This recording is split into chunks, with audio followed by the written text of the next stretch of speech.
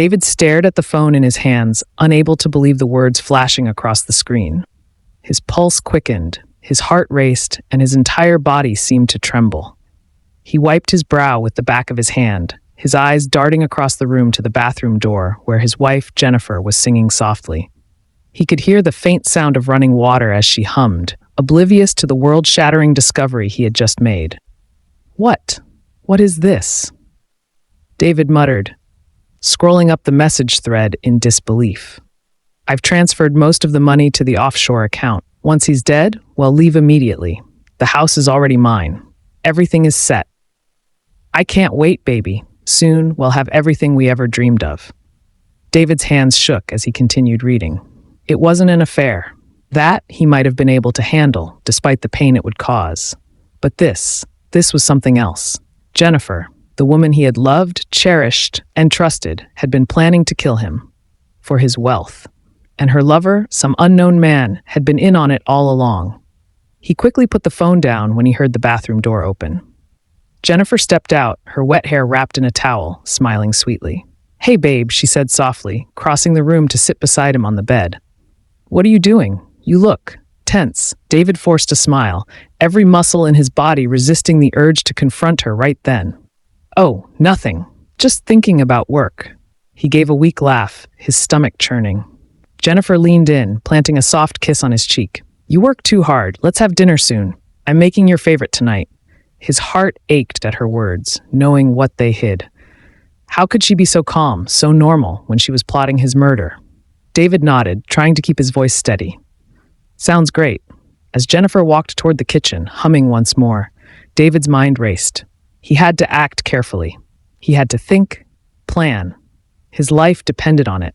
The first time David saw Jennifer, it was like something out of a movie. He had been wandering through the supermarket, half focused on his shopping list, unsure of what to get for dinner. Whole grain, a voice said from behind him, pulling him out of his indecision. David turned, surprised to see a beautiful woman with a radiant smile holding a loaf of bread in her hands. Excuse me? David asked, momentarily flustered. She laughed lightly, and it was the kind of laugh that made his heart skip a beat. Whole grain bread. It's healthier than white bread, you know. David chuckled nervously. Right? Healthier. He looked at her, taking in her soft features, the way her dark hair fell loosely over her shoulders, and the spark in her eyes. I guess I'll take your advice then. She smiled, placing the loaf in his cart. Good choice. I'm David, by the way, he said, suddenly feeling bold. Jennifer, she replied, her smile never fading. Nice to meet you, David. They chatted for a few minutes, trading jokes about grocery shopping, and before David knew it, they were standing in the checkout line together, still talking.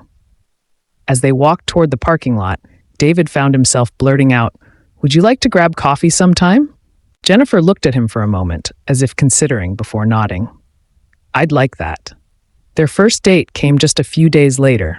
David was nervous as he waited at the small cafe near the waterfront, sipping his coffee, wondering if she would show up.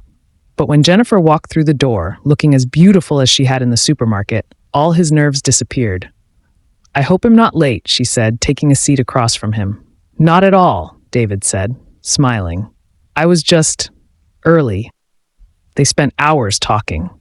Jennifer was captivating. She spoke about her love of travel, her interest in charity work, and how she always wanted to make a difference in the world. David felt an instant connection to her. As the sun began to set, they walked along the pier, the cool breeze brushing against their faces. I've had a really good time, Jennifer said softly, looking up at him.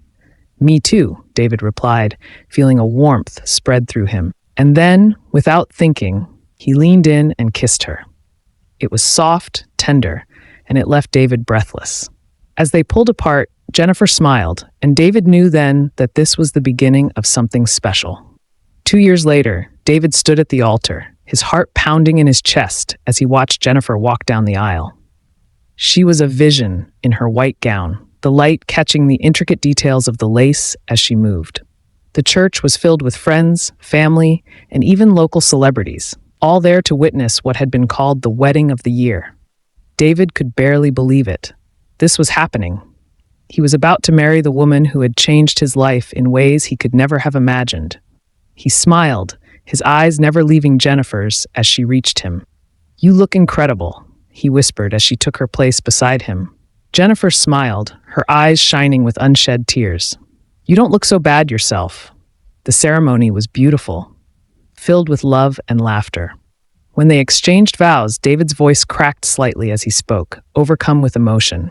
Jennifer, in her calm, confident way, spoke her vows with a steady voice, looking into his eyes as if nothing in the world could shake her love for him. "With this ring," she said softly, sliding the gold band onto his finger, "I thee wed."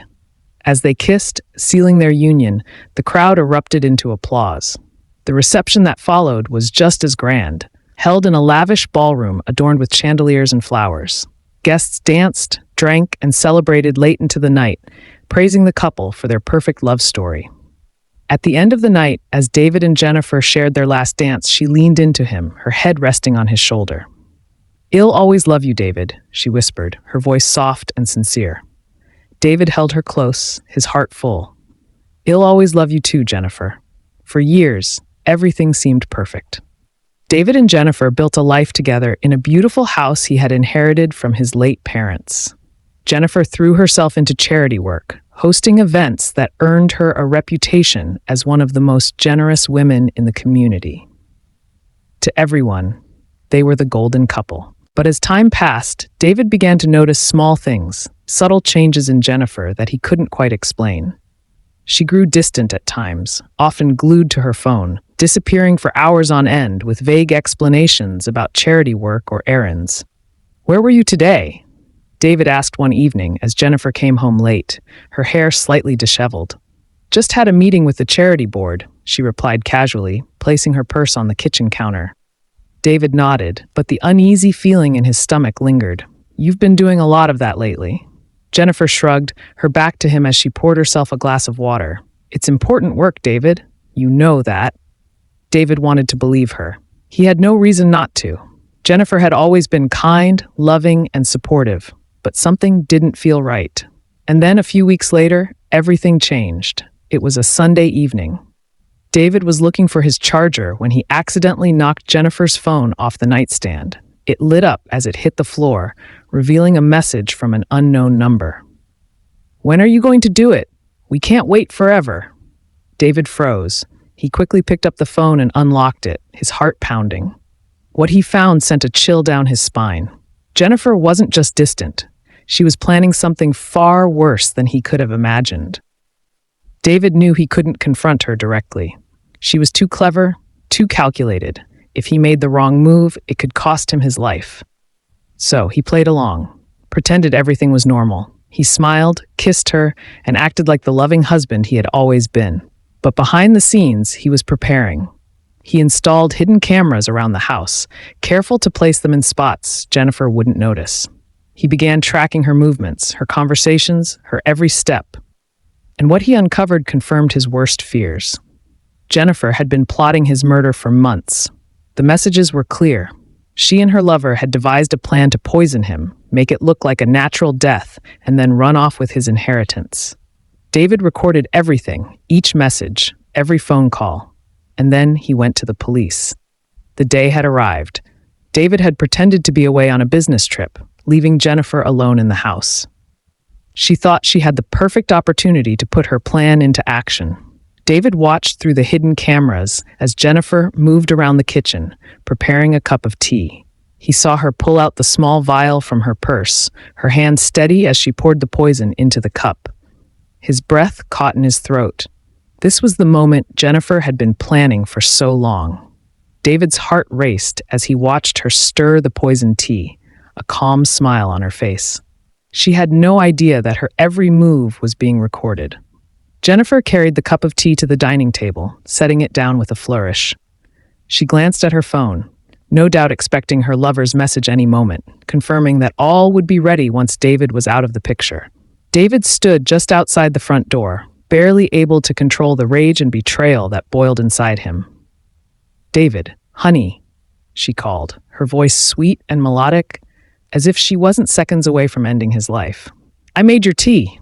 Come on, it's getting cold." He pushed the door open slowly, the creak of the hinges making her jump slightly. Jennifer turned toward him, flashing a soft, inviting smile. "Oh, you're back early," she said, a touch of surprise in her voice, but she quickly covered it with her usual charm. "You must be tired. Here, sit down, have some tea." David eyed the cup, his chest tightening. "Thanks," he said, trying to keep his voice steady. He took a step forward, glancing at her hand resting on the table, her fingers drumming nervously. "You've really been taking care of me lately." Jennifer's smile widened, though her eyes darted around the room, as if calculating her next move. "Of course I have. You've been working so hard, I just want you to relax." She slid the cup toward him. "Go on, have a sip." David picked up the cup, the warmth of the tea seeping into his hands. He brought it close to his lips, pausing for a moment, catching her gaze. Her eyes were sharp, watching his every move. He could see the anticipation in her face. She was waiting for him to drink, waiting for the poison to take its deadly course. "To us," David said, raising the cup slightly in a mock toast. "To the life we've built." Jennifer's smile flickered for a moment, but she quickly recovered, nodding. "To us," she echoed, her voice low, almost impatient. David lowered the cup, but didn't drink. He placed it gently on the table, his fingers tapping the edge. The air in the room seemed to thicken with tension, neither of them moving for what felt like an eternity. And then, in an almost casual tone, David asked, "Do you think you'll miss me?" Jennifer blinked, her smile faltering. "What do you mean?" David leaned back in his chair, crossing his arms. "After I'm dead," he said quietly. "Do you think you'll miss me at all?" For a split second, Jennifer's face went blank, the mask slipping. But she quickly composed herself, letting out a nervous laugh. "What are you talking about, David? Are you feeling okay?" David leaned forward, his voice low and cold. "I know, Jennifer. I know everything. The poison, the offshore account, the lover you've been planning to run away with." He gestured to the tea in front of him. "This is your final move, isn't it?" After everything we've been through, Jennifer's face turned pale, her eyes wide with shock. "David, I don't know what you're talking about." "Don't," he interrupted sharply. "Don't lie to me anymore." His voice shook with barely contained fury. "I've seen the messages, the phone calls, all the evidence. Did you really think you could get away with killing me?" Jennifer's breath quickened, her hands trembling slightly. For a moment, it seemed like she might try to deny it again, but then something in her snapped. Her expression hardened, the sweetness in her eyes gone, replaced by cold calculation. "You should have just drunk the tea, David," she hissed, her voice venomous. "It would have been painless." David's heart raced, but he remained calm. "You never loved me, did you?" Jennifer laughed, the sound sharp and bitter. "Love? Please. You were a means to an end, David. All that wealth, the house, the connections, you were useful, nothing more. And now I'm done with you." David stood up slowly, his eyes never leaving hers. "It's over, Jennifer. The police are on their way." Her eyes flashed with panic. "What?" At that moment, there was a loud knock at the door. Jennifer's head whipped around, her face going pale as she realized what was happening. David stepped back, keeping his distance, as the door burst open, 2 police officers rushing in. "Jennifer Thompson, you're under arrest," one of the officers said, pulling out a pair of handcuffs. Jennifer backed away, shaking her head wildly. "No, you don't understand. He's lying. This isn't what it looks like." David watched as they handcuffed her, his heart heavy. Jennifer struggled against the officers, shouting and thrashing, her once perfect composure shattered. She looked at David, her eyes filled with rage and desperation.